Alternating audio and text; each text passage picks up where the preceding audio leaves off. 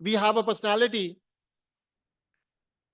who has done extensive job, extensive work in ensuring that we come across the challenge of inclusion in this area of Islamic finance. The three key personalities who have really worked hard in making this happen includes Hazrat Taqi Usmani Sahab, Mufti Munibur Rahman Sahab, and Allama Shabbir Hassan Maisami Sahab. And today we have Maisami Sahab with us, and inshallah ta'ala we'll be listening to his visionary talk. Allama Sahab is the member of Sharia Advisory Committee at State Bank of Pakistan. He's also the member focus group at Pakistan Stock Exchange, and he's a member Sharia Board Salam Takaful. He was a member of Sharia Advisory Committee at SECP. He also was among the board of governors of Pakistan Halal Authority. He is the chairman Zehra Academy Pakistan, and he's the Secretary General Islamic Tehreek Pakistan. So ladies and gentlemen, please welcome for a very special address by Allama Shabbir Hassan Maisami Sahab. أعوذ بالله من الشيطان الرجيم بسم الله الرحمن الرحيم الحمد لله والصلاة على أهلها. My brother has been very kind to take so many minutes to express who I am, although I'm not such a high personality, but Allah subhanahu wa ta'ala has blessed me that I am participating in this important role in the society to convert the society from non-Islamic context to Islamic context. Starting with my discussion on this forum, which is World Islamic Finance Forum, and I highly appreciate that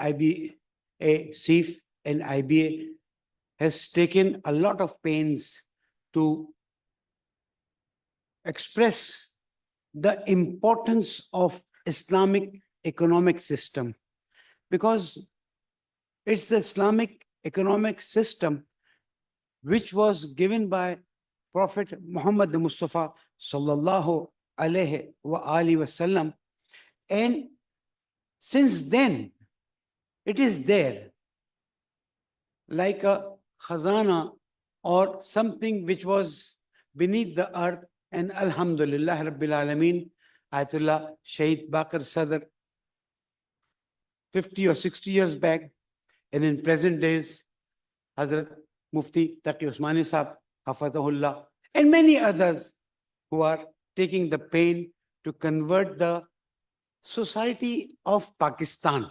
I'm specifically talking about Pakistan, being a Pakistani, and this is an honor to speak on this platform, and I'm thankful to the organizers for giving me a chance to speak on this occasion. Before entering into the primary theme of the conference, innovation, climate finance, and sustainable growth, I wish to highlight the remarkable progress of Islamic finance in Pakistan, which has to be recorded and which has to be appreciated highly. And I think, Alhamdulillah, our nation is leading by example in establishing a robust Islamic financial ecosystem guided by Sharia principles and inclusive growth strategies. Recent developments which have taken place, the government of Pakistan, the State Bank of Pakistan, the Securities and Exchange Commission of Pakistan, and other institutions have demonstrated unwavering dedication to the promotion of Islamic finance. And this is something remarkable. Let me share some significant milestones which have been achieved in this regard, and we need to appreciate and accept that, Alhamdulillah, our dear country, Pakistan, is progressing in a very, very positive direction. Alhamdulillah, the latest constitutional amendment which has taken place for eliminating Riba by 2028, I'm sorry to say that a thing which has been clearly explained in Holy Quran, that Riba is haram. And since Pakistan came into existence, we could not remove it from our economy. But Alhamdulillah, now we feel that in our lifetime, we'll be able to see our dear Islamic Republic of Pakistan free of riba, inshallah. This amendment is a testament to our nation's resolve to embrace Sharia compliant economic practices. Because if once we remove riba, then inshallah, slowly, other non-Islamic practices shall also be removed. Incorporation of Islamic banking chapter in the Banking Companies Act, which is also a very big step, so that the banks feel that they have been taken care of. The Banking Companies Ordinance of 1962 has been updated as the Banking Companies Act 2024, incorporating a dedicated chapter on Islamic banking, which we all need to study and understand what it says. This reflects a significant legal step in the strengthening the Islamic financial framework, ensuring transparency, governance, and support of Sharia-compliant banking operations. Of course, this is not the topic or the theme of the conference, but I need to appreciate. Revised Sharia Governance Framework by State Bank of Pakistan 2024, and the State Bank has taken pains and updated Sharia Governance Framework for Islamic Banking Institutions, IBI. This framework emphasizes inclusively by ensuring representation across all schools of thought. One of the problems, because I've been in this field since 2002, was non-inclusiveness of all the schools of thought. But slowly and steadily, the schools of thought were included, but now officially it has been included. And in the end, I will tell what are the benefits of including this. It also strengthens accountability and adherence to Islamic principles, fostering confidence among stakeholders. I cannot forget SECP, which is working hard for non-banking financial institutions. SECP has played a pivotal role in regulating non-banking financial institutions, which has to be appreciated. It issued comprehensive Sharia governance regulations in 2023 and more recently published a consultation paper for the Islamic Financial Laws 2024. These measures aim to create an unified legal and regulatory infrastructure for Islamic finance. I cannot forget the contribution of academic institutions. Our academic institutions, particularly the IBA Center for Excellence in Islamic Finance, which is usually known as IBA-CEIF. And in the beginning, I used to think what the CEIF means. Then, Alhamdulillah, I was explained that Center of Excellence in Islamic Finance. And of course, our institute, Al-Sadiq Institute of Islamic Banking, Finance, and Takaful, have made, and many other institutions also have made remarkable contributions to capacity building.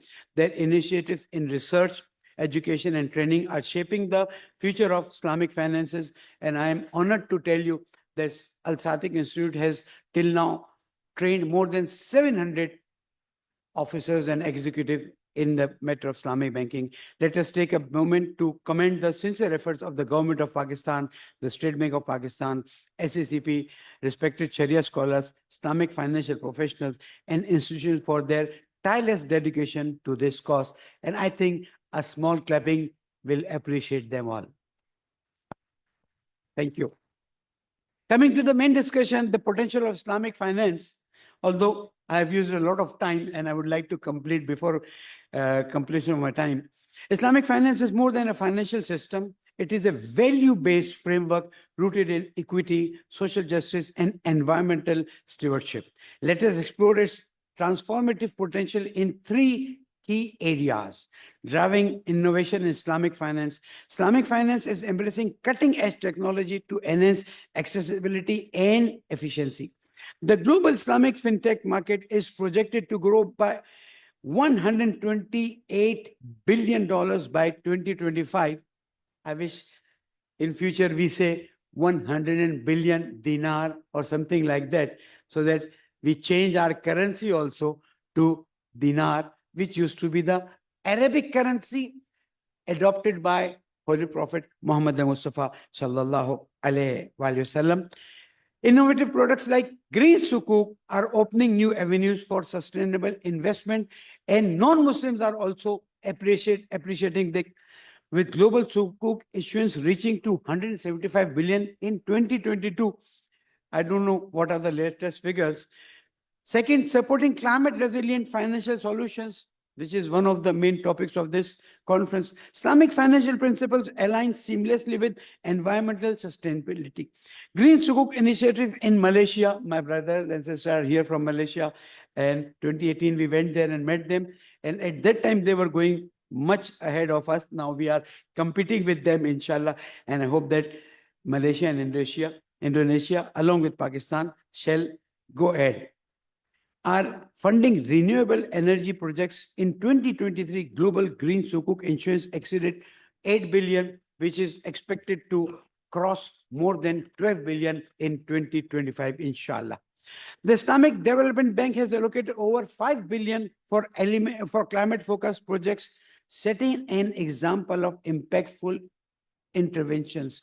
And I am sure other banks will also follow it, because it will help save our environment. Otherwise, by 2030, we are going to face so many difficult things that we cannot imagine today. Fostering sustainable development, the concept of Maqasid al-Sharia as presented by Sheikh Al-Sadiq in his book Ilal al-Shariah, Imam Ghazali Rahmatullah Alayh in Al-Mustasfa fi Ilm Usul al-Fiqh, and Imam Shatabi in Al-Muwafiqat fi Ilm Usul al-Sharia, and then by Shaheed Ayatollah Baqir al-Sadr in Iqtisaduna, and Allama Tahir ibn Ashur in Maqasid al-Sharia al-Islamiyya, and many more emphasis welfare and environmental stewardship. Islamic finance is contributing to the United Nations Sustainable Development Goals by providing interest-free microfinance, which is very important. We need to understand that microfinance has to be interest-free, and it will help those who are really in problem come up, and the barakat of interest-free economy will be seen by the whole world, inshallah ta'ala musta. Funding infrastructure projects such as schools, hospitals, and water facilities in underprivileged areas, which is seen, and especially in Pakistan, we observe that. Recommendations for advancing Islamic finance. To fully harness the potential of Islamic finance, which is really important, and it has to be done with sincerity, because we are going to get the financial benefits, but the benefits we are going to achieve in the days after life are much more and much higher. Number one, strengthen legal and regulatory frameworks. This is must. Expedite the adoption of Islamic financial law, because making a law is something different and adopting it is different, and ensure alignment of national policies and Sharia principle and political mindset according to it. Number two, promote green sukuk and sustainable investments. I leave the details. Support Islamic fintech innovation. Now, everything is going to be on the technological basis, and maybe my children's children or my great-grandchildren will see these currency notes, these televisions, these mobile phones, as we see the old telephones in the museums. So if we don't speed up, again, we will be lacking, and then we will try to look towards those who work with interest and such things and create problems for the society. So technological advancement is must. And I give you a very, very small example. 2 minutes more, huh? I'll finish it. You see in Holy Quran, the example of hudud with Hazrat Sulaiman alayhi salam. He says, where is hudud? I don't see. And the hudud comes and says, I have brought a news for you from a place. See, the whole, what do you call, system of Hazrat Sulaiman was something which was marvelous, remarkable. And there was nothing compared to that. And what was the speed of the hudud that went there and came back in such a fast speed and said that there is a place or a country in these days which has a government run by a lady. And then Hazrat Sulaiman alayhi salam says, who's there who can bring that takhte Bilqis, sorry for the Urdu words, and bring them quickly. And one says, till this conference finishes, I'll bring it. And Hazrat Sulaiman says, oh, it's too slow. I don't accept. And one says, with the blink of an eye, I'll bring it. What was that? Wasn't that a technology blessed by Allah subhanahu wa ta'ala? There was something that things move like more than speed of light. I'm just expressing, maybe slow. We need to move fast with the speed of light in technological fields. Otherwise, I'm sorry, seniors of my type, first they objected on microphone, then they objected on telephone, then they objected on other things. Now objections are there on cryptocurrency. I think the age of cryptocurrency is also going to pass very fast. And we need to understand what is going to be the new way of exchange, and we need to move very fast. I have taken a lot of time. And enhance capacity building, global collaboration. I leave my conclusion. Two things we need to understand. We all are moving fast towards an Islamic economy. But believe me or not, a group of scholars is lagging behind. There are many reasons which I cannot explain here. My seniors in State Bank, ulamas, they understand what I want to say. Unless and until we make them understand, we make them realize. On one of the television channels 6-8 years back, a discussion started and said, oh, ye sara ghair Islami hai aur Islam ke naam par aap paisa kha rahe. I said, is it all non-Islamic? He said, no. I said, 20%? He said, no. 40%? He said, no. I said, 50%? He said, no. I said, 60%? He said, maybe 60%. I said, if something is 60% Islamic, and then you say, ke maze karne ke liye karte ho, this is not correct. Come on. We did it till 60%. You come and improve it for the 40%. It will be Islamic. So we need to take on board those Islamic scholars who are still lagging behind, so that the whole society accepts Islamic financial system and moves forward fast. The effect of these ulamas who are not on board is that the local population is still not having confidence in our work, I'm sorry to say. And if I don't speak on this stage, it means that I'm not sincere to my cause. My brothers, my sisters, elders, Muftiyan Hazrat, please, please, the way you people are working here sincerely, and I appreciate every Mufti, every scholar, every banker, State Bank, SECP, IBA, everyone is working sincerely. But one whole segment, which is the main segment of the society, because I'm going to every place where possible, and I start talking about Islamic financial system or even Islamic banking, Maulana, ye sab, I'm sorry to say, aage nahi bolta. No. I try to make them understand. I try to make them realize. But this effect is going to pull our legs down, and we might not be able to create the environment for 2028 for Islamic system. So my final point of discussion is, let's take on board those who are left behind because of any reason, and let's now make a jihadul iqtisad. Today I introduced this word over here, jihadul iqtisad. Jihad does not mean you just pick up and start fighting.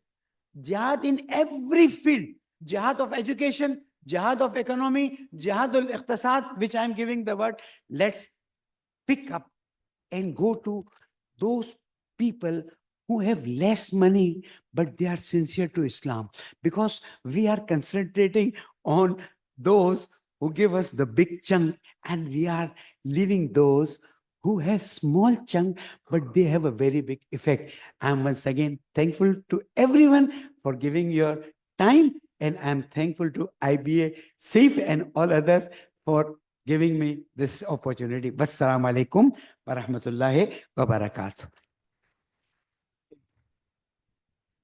Thank you very much, Maisami Saab, and may I request GM Abbasi Saab to please